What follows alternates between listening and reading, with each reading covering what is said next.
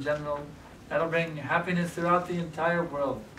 Това ще върне щастието в семействата, ще върне щастието в обществото като цяло и в целия свят. Many people argue, well, but there's so much fighting going on in the name of religion. How will bringing God to the center bring happiness? Има обаче много хора, които спорят. Да, обаче толкова много спорове се водят точно в името на религията. Как да върнем Бога в центъра ще донесе щастие. The reason we fight in the name of religion is we do not understand what is religion. Причината, поради която ние се бием в името на религиите, е, че ние всъщност не разбираме истинската религия.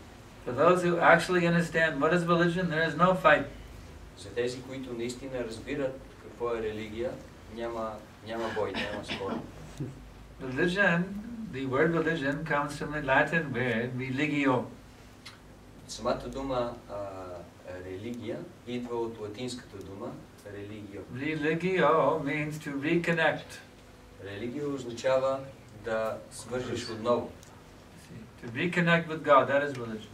Да се свържиш отново с Бога, това означава думата религия.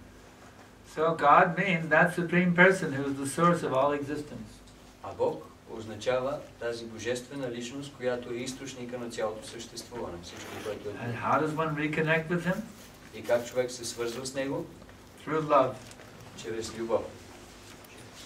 It's like if I want to have a relationship with you, by giving you my love, you see, then you can feel some relationship. Например, ако аз искам да имам някакви взаимоотношения с вас чрез любов, вие може веднага да изпитате тези взаимоотношения. If I don't give you any love, then we have no relationship. Ако аз не ви дам никаква любов, ние нямаме всъщност взаимоотношения. So that's how we make relationship with God. По същия начин човек може да изгради своите взаимоотношения с Бога. Well, the problem in our modern day society, instead of wanting to love God, we come to God with our love of material things and we ask Him, God, give me this, give me that, give me, give me, give me, give me, give me. You see? Нашият проблем в момента обаче е, че вместо ние да отидем при Бога с идеята да го обичаме Него, ние отиваме при Бога с нашата голяма привързаност и любов към много материални неща и ние отиваме при Бога и казваме дай ми, дай ми, дай ми, дай ми това, дай ми това. We approach God with our own selfish desires and want God to serve our selfish desires.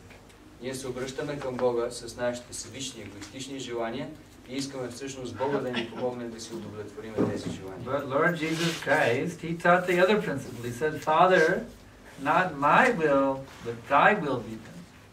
Но Бог Исус Христос ни учил на друг принцип. Той казва, скъпи татко, нека да не бъде моята воля, а да бъде твоята. In other words, we should approach God, my dear Lord, how can I serve you? С други думи, ние трябва да се обърнем към Бога с запитването, скъпи Господи, как мога аз да ти служа? Love means service. Любов всъщност означава служене. If I truly love someone, then I will serve them. Ако аз наистина обичам някой, тогава аз ще направя нещо за него. If I simply want to take service from them, then I don't really love them.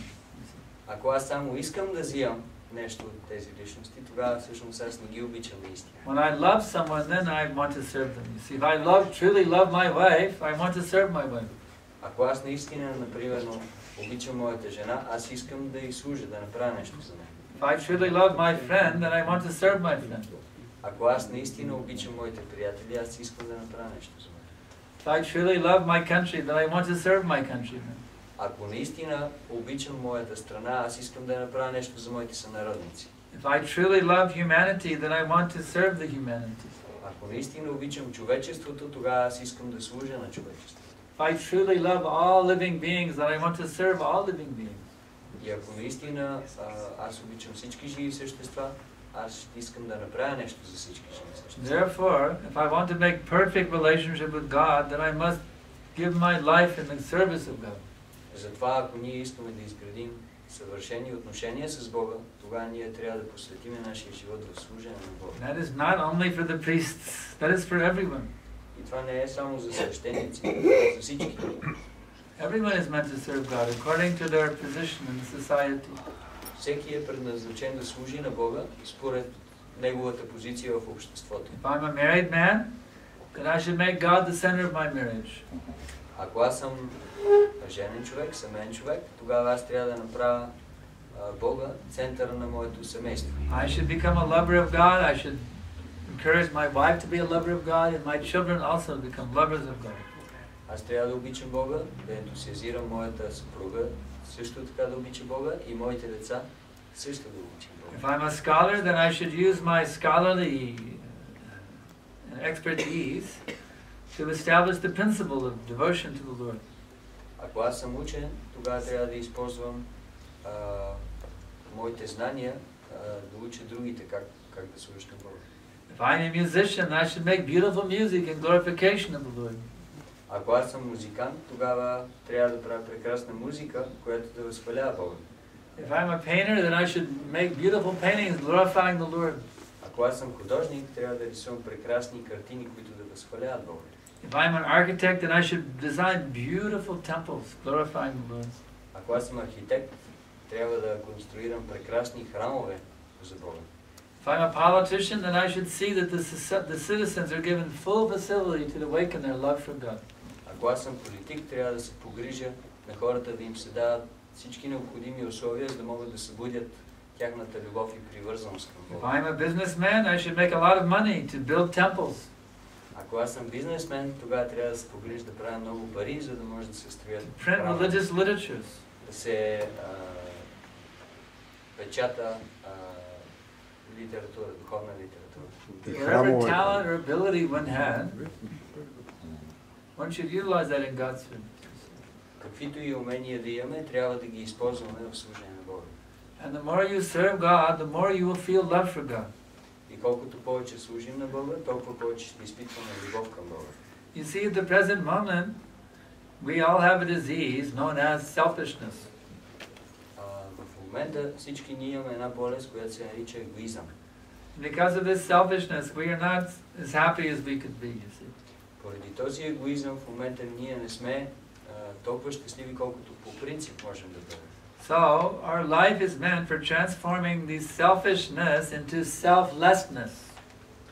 Нашият живот всъщност е предназначен да можем да превърнем този егоизъм в безкорисност. The more we become lover of God, we become more and more selfless. Колкото повече обичаме Бога, толкова по-безкорисни ставаме. We see a little child, they have a selfish nature. Ние виждаме, например, малките деца, те имат доста егоистична природа. They have one toy and they say, mine. Те имат една играчка и казват, това си е мое. They tell the other child, you cannot play, this is my toy. Казват на другите деца, ти не можеш да си играеш с това, това си е моята играчка. So we have this mentality, you see, selfishness. From our very childhood we have this mentality. И още от малки, от нашето детство, ние имаме този менталитет. But if we can associate with the great saintly teachers, Но ако ние можем да общуваме с велики и святи учители, who have given up this selfish attitude and have become selfless lovers of God, които са изоставили този егоистичен менталитет и са станали безкорисни личности посветени на Бога. by associating with these saintly teachers, then we can gradually learn how to become less selfish and more selfless.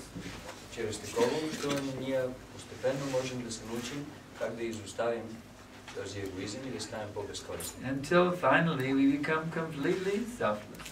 Докато накрая станем напълно безкорисни. One of the most effective ways of developing these pure feelings of love for God Един от най-ефективните начини, за да може човек да изпита тази любов към Бога, is through spiritual music. е чрез духовна музика. Music moves the heart. Защото музиката тя много лесно докосва сърцето. So if we can move the heart by music and glorification of God. Затова ние можем да... Нашето сърце може да бъде докоснато от тази музика, която е посветена на възхвала на Бога. This will help us to become selfless lovers of the Lord. Това ще ни помогне да станем безкорисни личности, които иска да обикне. So we wanted to give you a nice little sample of how we